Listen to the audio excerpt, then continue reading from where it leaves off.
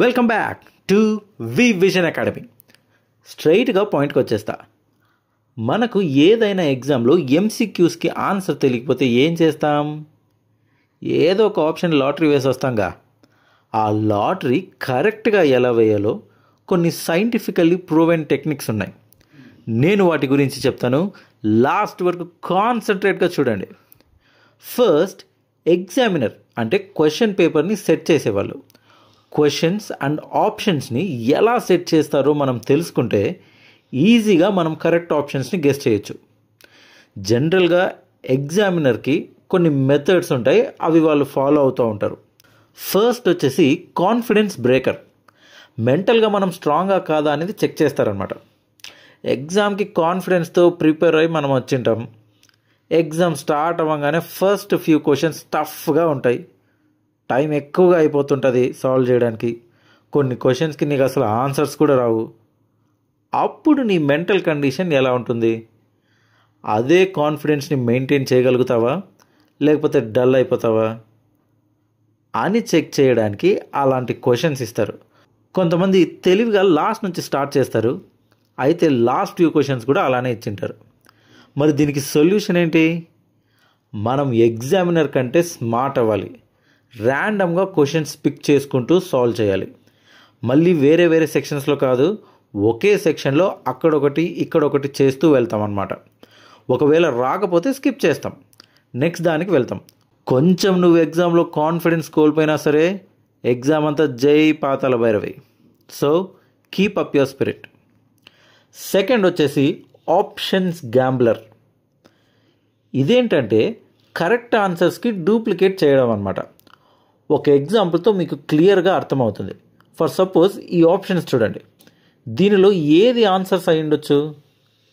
Exactly చెప్పలేం, కానీ ఖచ్చితంగా ఏ ఆర్ సీనే అయి ఉండొచ్చు. కన్ఫ్యూజ్ చేయడానికి కరెక్ట్ ఆన్సర్ లాంటిదే ఇంకో దాన్ని కూడా పెడతారనమాట. ఇలా ఇస్తే మన దగ్గర ఉన్న సొల్యూషన్ ఏంటి? అదే elimination technique. Maximum answer B కాదు, డి కూడా కాదు. సో వాటిని ఎలిమినేట్ చేసేస్తాం, ఏ కానీ సి కానీ పెడతాం. ఇక ఇంకో ట్రిక్ ఏంటంటే ఈ టూ ఆప్షన్స్లో తక్కువ వాల్యూ ఉండేది మోస్ట్లీ ఆన్సర్ అయ్యే ఛాన్స్ ఉంది. ప్రతిసారి అలానే ఉండదు, మోస్ట్ ప్రాబబ్లీ. అలానే ఆప్షన్స్లో all of the above, both A and B అలాంటి ఆప్షన్స్ ఏవైనా ఉంటే మ్యాక్సిమం ఇవే కరెక్ట్ ఆన్సర్స్ అయి ఉంటాయి. వాటిని మీరు సెలెక్ట్ చేసుకోవచ్చు. అలానే ఆప్షన్స్లో నన్ ఆఫ్ ది అబౌవ్ అనేది ఉంటే అది చాలా రేర్గా ఆన్సర్ అవ్వచ్చు. సో దీన్ని ఆన్సర్గా ఖచ్చితంగా మీకు తెలిస్తేనే పెట్టండి, లేకపోతే లేదు. నెక్స్ట్ వచ్చేసి టైమ్ ఈటర్స్. క్వశ్చన్స్ చదివాక ఫస్ట్ ఆప్షన్లోనే ఆన్సర్ దొరికితే అందులో కిక్ ఏముంటుందబ్బా? కొంతమంది లాస్ట్ ఆప్షన్ నుండి చూస్తారు. వాళ్ళకు వెంటనే దొరకకుండా కొంచెం టైం వేస్ట్ చేయడానికి కరెక్ట్ ఆన్సర్ ఎక్కువ శాతం బిలో కానీ సిలో కానీ ఉండేటట్టు ఎగ్జామినర్ చూస్తాడనమాట. దీనికి సొల్యూషన్ ఏంటి?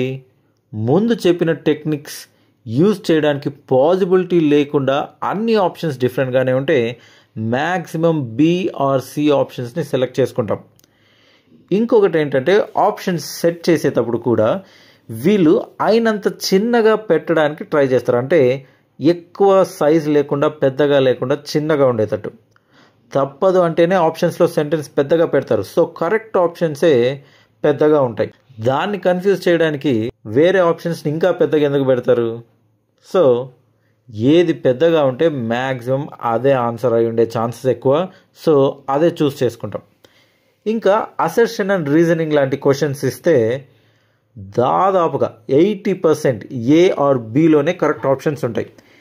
ఎందుకంటే 2 స్టేట్మెంట్స్లో ఏదైనా రాంగ్ అయితే ఈజీగా ఆన్సర్ పెట్టేయచ్చు. అంత ఈజీగా ఉంటే 2 స్టేట్మెంట్స్ ఇచ్చి స్పేస్ వేస్ట్ చేయడానికి ఎవరు సాహసం చేయరు. సో 2 స్టేట్మెంట్స్ కరెక్ట్గానే ఉంటాయి. వాటి మధ్య రిలేషన్ ఉందో లేదో తెలుసుకోవడానికి, మనకు సబ్జెక్ట్ ఎంత ఉంది అని టెస్ట్ చేయడానికి ఇలాంటి క్వశ్చన్స్ ఇస్తారు. సో ఫస్ట్ 2 ఆప్షన్స్లోనే ఆన్సర్ పెట్టడానికి ట్రై చేయండి. కొన్ని క్వశ్చన్స్కి కరెక్ట్ ఆప్షన్స్ ఏంటి అనేది కన్ఫ్యూజన్గా ఉండొచ్చు. అలాంటి క్వశ్చన్స్కి వెంటనే ఆన్సర్ పెట్టకుండా అది ఏ చాప్టర్లో క్వశ్చన్, ఏ టాపిక్ సంబంధించింది, ఆ ఆప్షన్కి క్వశ్చన్కి ఏమైనా రిలేషన్ ఉందా లేదా అని థింక్ చేయండి. కొన్నిసార్లు వెంటనే స్ట్రైక్ కాకపోవచ్చు. సో స్కిప్ చేసి నెక్స్ట్ క్వశ్చన్కి వెళ్ళండి. వేరే క్వశ్చన్ చేసేటప్పుడు మన మెమొరీలో ఉండే ఆ డేటాని మన న్యూరాన్స్ అన్ని కనెక్ట్ అయ్యి మనకు ఆన్సర్ కరెక్ట్ స్ట్రైక్ అయ్యేలా చేస్తాయి. అప్పుడు వెళ్ళి ఆన్సర్ టిక్ చేయండి. సో ఇవన్నీ ట్రిక్స్ మీకు ఆ క్వశ్చన్ ఏమాత్రం ఐడియా లేకపోతేనే యూజ్ చేయాలి, అన్ని క్వశ్చన్స్కి కాదు. మీకు ఈ ట్రిక్స్ అన్నీ యూస్ఫుల్గా అనిపిస్తాయి, లైక్ అండ్ కామెంట్ మాత్రం చేయాలి.